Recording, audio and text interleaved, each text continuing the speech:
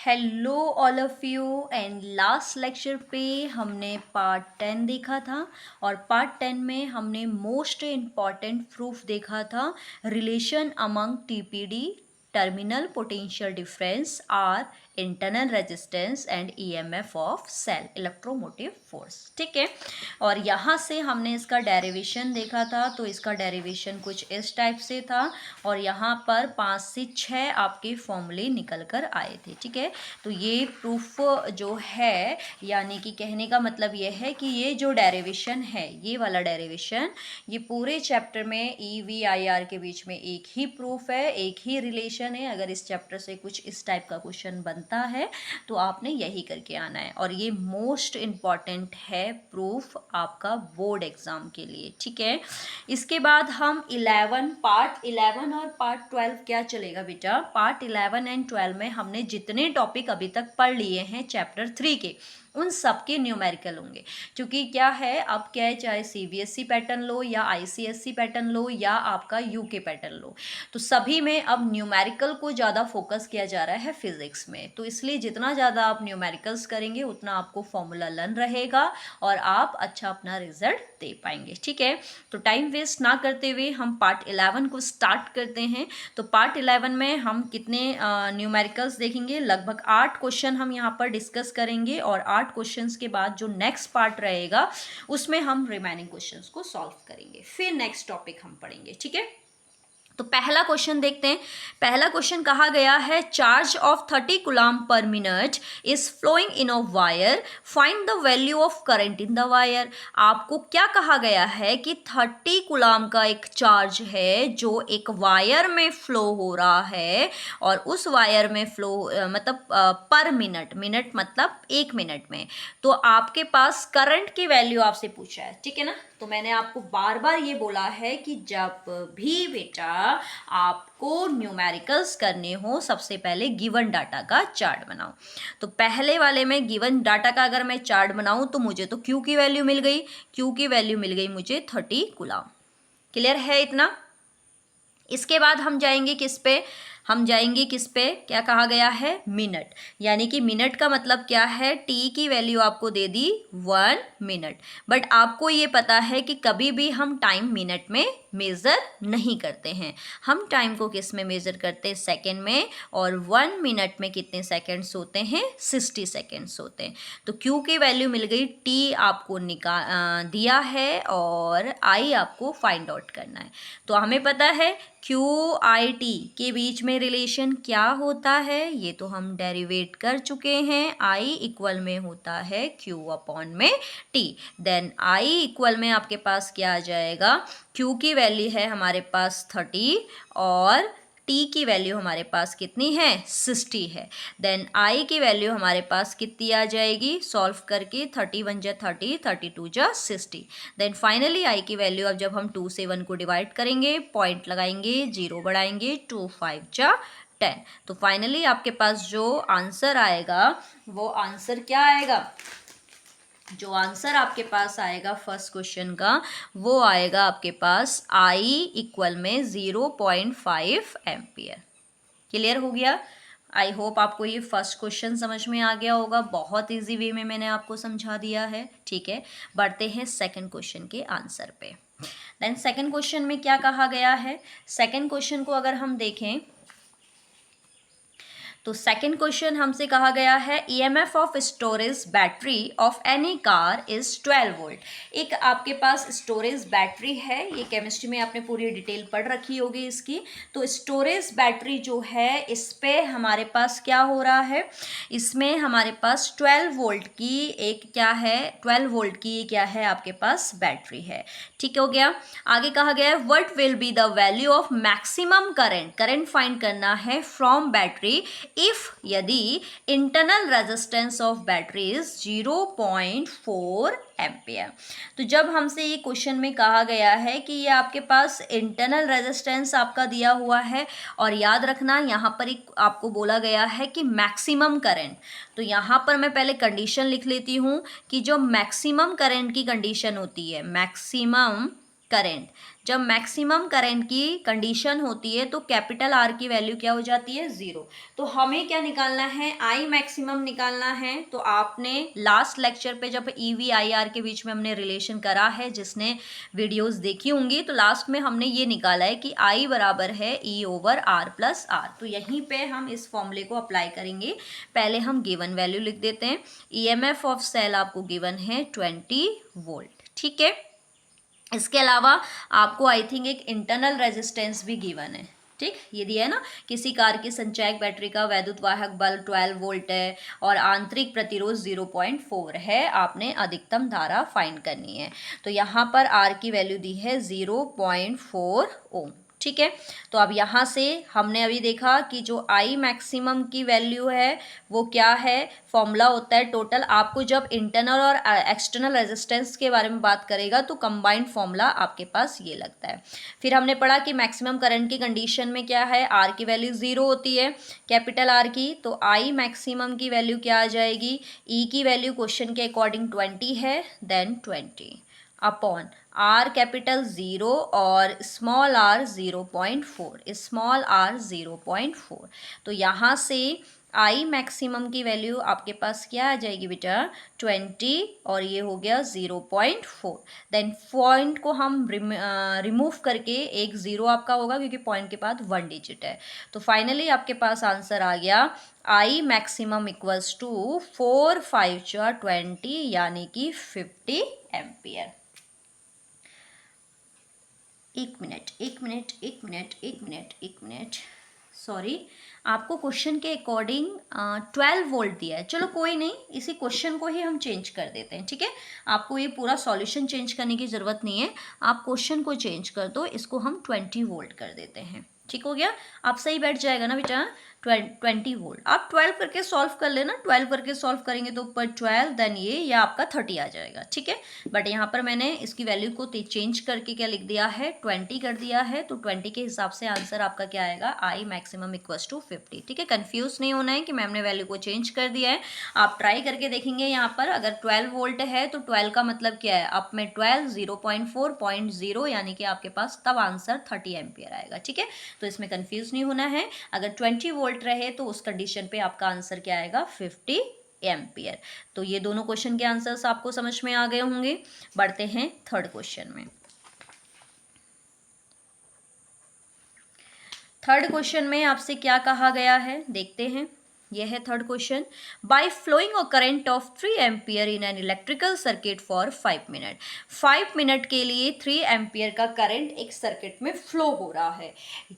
If यदि 30-50 joule of work is done by the source, अगर source जो है वो कितना वर्क कर रहा है, 1350 जूल का वर्क कर रहा है, तो calculate the EMF of the source in the circuit. तो ईएमएफ आपको फाइंड करना है, ठीक है ना। यहाँ पर आप देख लेंगे ये वैल्यूज आपको गिवन है, ठीक। मैंने दोनों लैंग्वेज, ड्यूअल लैंग्वेज में आपका बना रखा है पूरा, ठीक। तो जो आपके हिंदी वाले हैं वो हिंदी में क्वेश्चंस देखेंगे, बट सॉल्यूशन तो आपका सेम ही रहता है, ठीक है। तो यहाँ पर हम पहले तो चार्ट बनाते हैं। गिवन चार्ट क्या है, 3 एम्पियर यानी कि करंट है और 5 मिनट यानी कि टाइम है। जूल में आपके पास क्या दिया है, वर्क दिया है। तो गिवन वैल्यूज को लिख लेते हैं।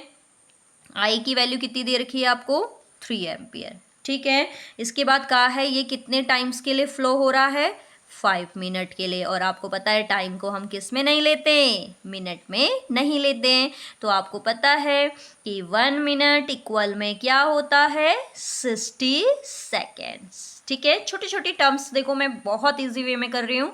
मिनट को सेकंड में कन्वर्ट किया तो ये 60 हो गया। फाइनली आपके पास जो टाइम आएगा 6 5 जा 30 यानी कि 300 सेकेंड, ठीक है।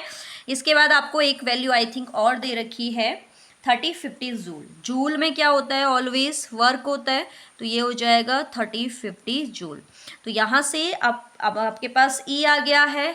आपको फाइंड करना है, ई की वैल्यू आपको फाइंड करनी है। तो हम ये देखेंगे ई डब्ल्यू और आई टी के बीच में क्या रिलेशन होता है।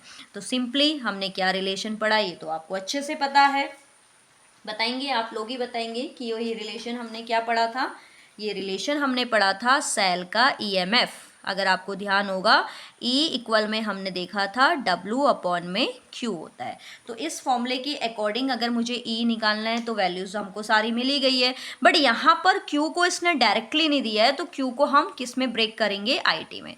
तो यहाँ से E की वैल्यू जो आपके पास आएगी, W हो गया हमारे पास 1350 अपॉन क्या आ जाएगा, Q को हम रिप्लेस कर देते हैं किससे, IT, क्योंकि हमारे पास वैल्यू Q की नहीं दी है, I और T की दी है।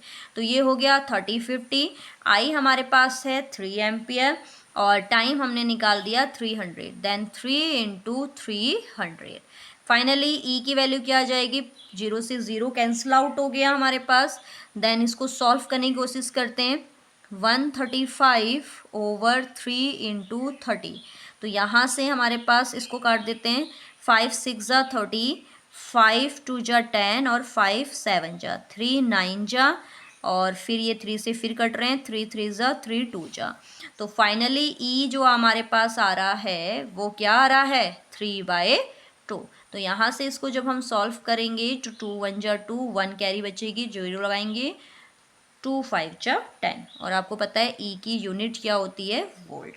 तो फाइनली हमारे पास थर्ड क्वेश्चन का आंसर भी आ गया, E की वैल्यू आ गई हमारे पास 1.5 वोल्ट। तो हमने क्या किया, हमें I गिवन था, T को हमने कन्वर्ट किया सेकेंड में, W गिवन था और E हमें फाइंड करना था। तो हमने देखा कि इन सब के बीच में क्या रिलेशन निकल रहा है।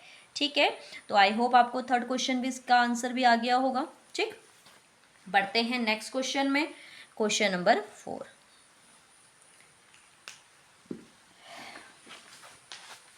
क्वेश्चन नंबर 4 की अगर मैं बात करूं तो क्वेश्चन नंबर 4 क्या है आपके पास, और area of cross section of a wire of copper is 1 × 10⁻⁷ metre. मतलब एक वायर है, कॉपर वायर है, उसका एरिया आपको गिवन करा दिया, और current of 3.6 ampere flow through it, और इसमें कितना करंट फ्लो हो रहा है, 3.6 एम्पियर का करंट फ्लो हो रहा है।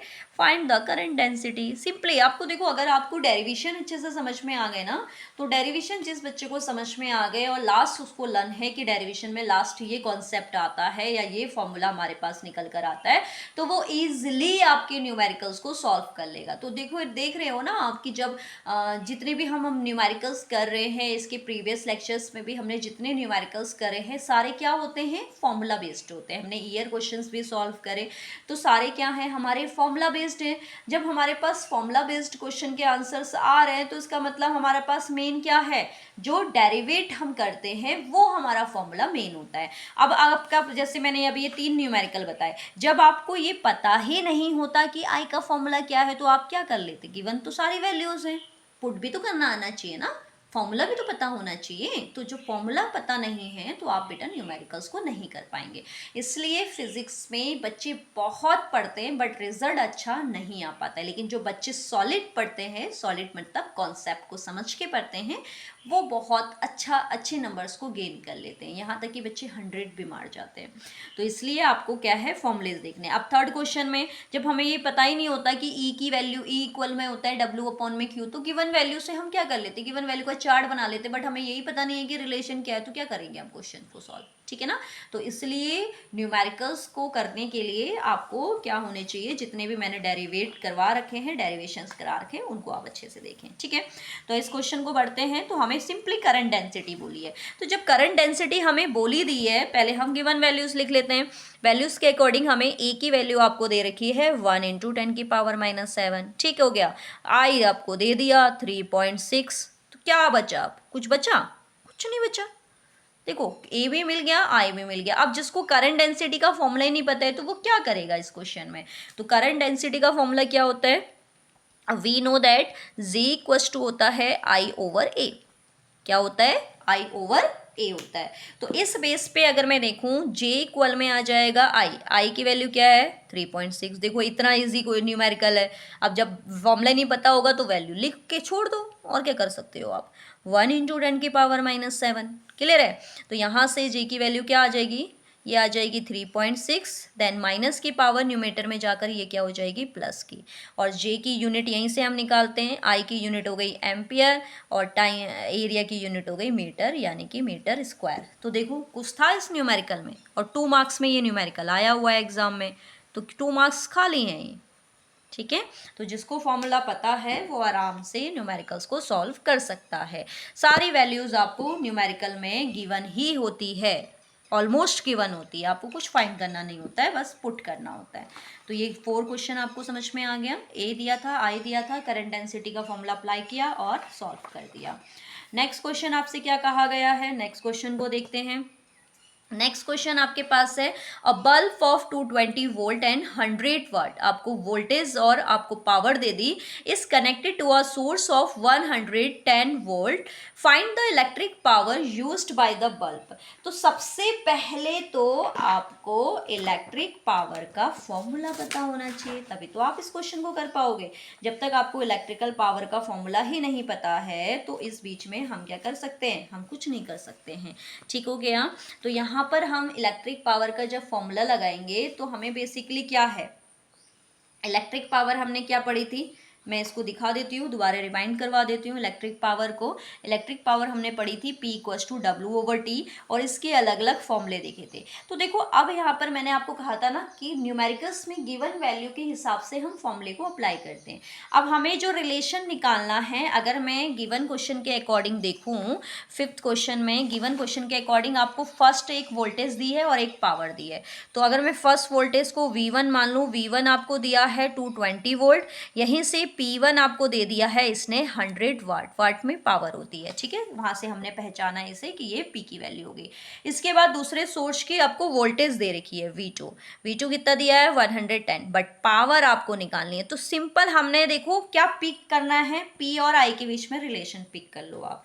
ठीक है, तो P और I के बीच में रिलेशन क्या होता है, अगर मैं देखूं यहाँ पर P1 और P और V के बीच में रिलेशन मैंने निकाला हुआ है, देखो बहुत अच्छे से, दोनों एक दूसरे के क्या है, डायरेक्टली प्रोपोर्शनल है, बट P जो है वो डायरेक्टली प्रोपोर्शनल है V² के, और हमें R की नीड नहीं है। तो मैं यही कॉन्सेप्ट आपका लगा देती हूँ यहाँ पर।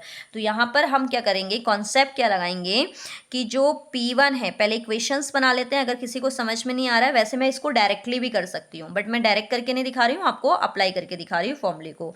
तो P1 इक्वल में आ जाएगा हमारे पास V1 का स्क्वायर, इक्वेशन फर्स्ट, P2 की में आ जाएगा V2 का स्क्वायर, इक्वेशन सेकेंड। तो फाइनली अगर मैं दोनों इक्वेशन को डिवाइड कर दूं, देन P1/P2 इक्वल में आ जाएगा V1² में V2 स्क्वायर। देन P1 की वैल्यू आपको गिवन है, कितनी है 100 वाट, तो ये हो गया हमारे पास 100। P2 की वैल्यू हमें क्या करनी है, फाइंड आउट करनी है, तो P2 को हम P2 ही उतार देंगे एज इट इज।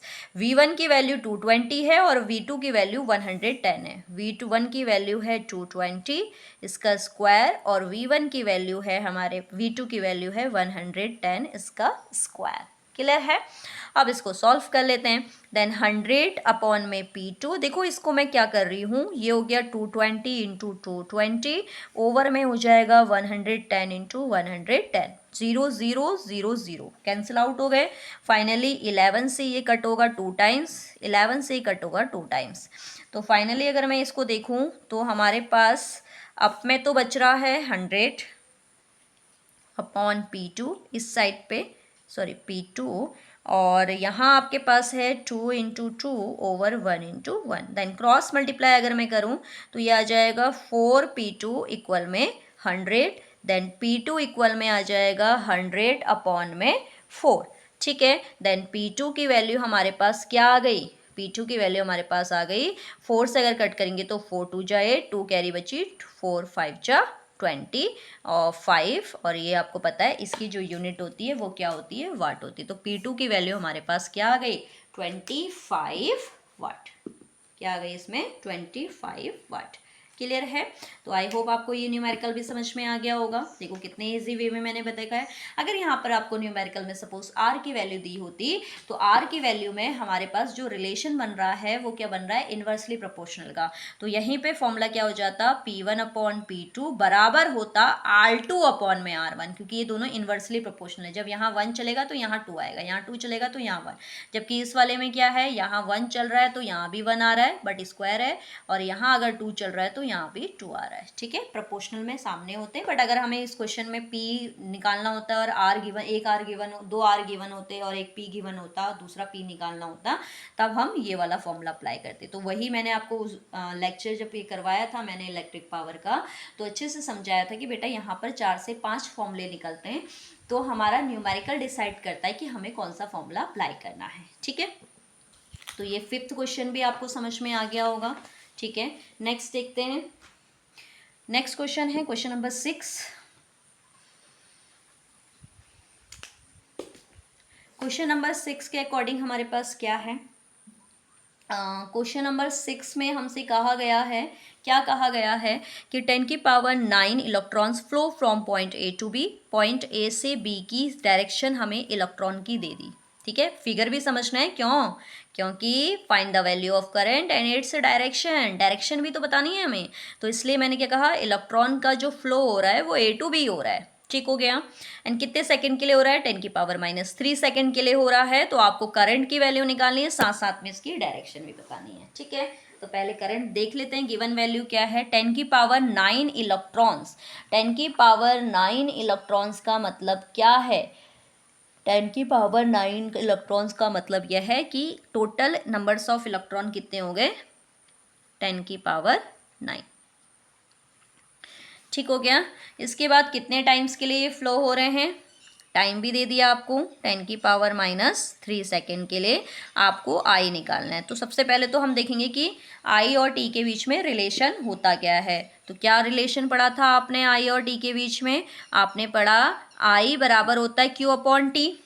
आई बराबर क्या होता है आपके पास, Q/T होता है।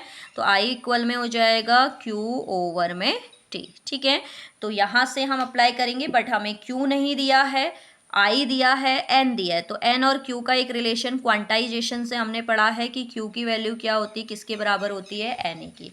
तो सबसे पहले हम इसी वाले फॉर्मूले को अप्लाई करते हैं। आई इक्वल में आ जाएगा Q/T, देन आई इक्वल में क्यू की वैल्यू क्या है, क्यू को रिप्लेस किया हमने एन से, अपॉन में आ गया टी। तो यहीं पे हम अब वैल्यूज पुट करेंगे। एन की वैल्यू हो गई 10⁹। ई आपको पता है इलेक्ट्रॉन पे चार्ज होता है, क्या होगा 1.6 × 10⁻⁻19, और टाइम क्या है 10⁻⁻3, तो 10⁻⁻3। देन आई इक्वल में क्या आ जाएगा 1.6, ऊपर आपके पास -10 पावर बची, देन डिनोमिनेटर से न्यूमेटर में ये पावर जाएगी तो +3। फाइनली आई की वैल्यू आपके पास आ गई 1.6 × 10⁻⁷, और करंट की वैल्यू क्या होती है, एम्पियर। ठीक हो गया, तो फाइनली आपके पास एक क्वेश्चन का मतलब एक पार्ट का आंसर तो आ गया। पर इसका सेकंड पार्ट भी इसने पूछा है कि डायरेक्शन ऑफ करंट, करंट की डायरेक्शन क्या होगी। तो मैंने आपको याद होगा, यहीं पे फिगर बना दे रही हूँ। यहाँ पर जैसे हमारे पास सपोज ये कंडक्टर है, ये हो गया ए और बी। अगर हमसे कहा गया है कि जो इलेक्ट्रॉन का फ्लो है वो ए से बी में है, तो हमेशा याद रखना इलेक्ट्रॉन के अपोजिट में करंट क्या होता है, फ्लो होता है, अपोजिट डायरेक्शन में करंट। तो यहाँ पर हम ये लिख सकते हैं कि जो करंट की डायरेक्शन होगी, करंट की डायरेक्शन जो होगी करंट की, वो कहाँ से कहाँ की ओर होगी, बी से ए की ओर होगी, क्योंकि ए से बी इलेक्ट्रॉन है तो इसका अपोजिट यानी कि बी से ए करंट की डायरेक्शन होगी। ठीक है, तो आई होप आपको ये 6 के 6 न्यूमेरिकल अच्छे से समझ में आ गए होंगे। क्लियर है, तो वीडियो काफ़ी लेंथी हो गई हैं, तो आप यही 6 क्वेश्चंस को अच्छे से देखेंगे, क्योंकि मैंने एक एक पार्ट बहुत अच्छे से इसमें एक्सप्लेन किया है। देन नेक्स्ट वीडियो में हम यहाँ पर के रिमेनिंग 2 क्वेश्चंस, क्वेश्चन नंबर 7 और 8 देखेंगे, साथ में न्यू क्वेश्चंस देखेंगे जो अभी तक हमने डेरिवेशन कर दिए हैं। ठीक है, तो मिलते हैं नेक्स्ट लेक्चर में इन्हीं रिमेनिंग क्वेश्चंस के साथ। तब तक के लिए बाय बाय।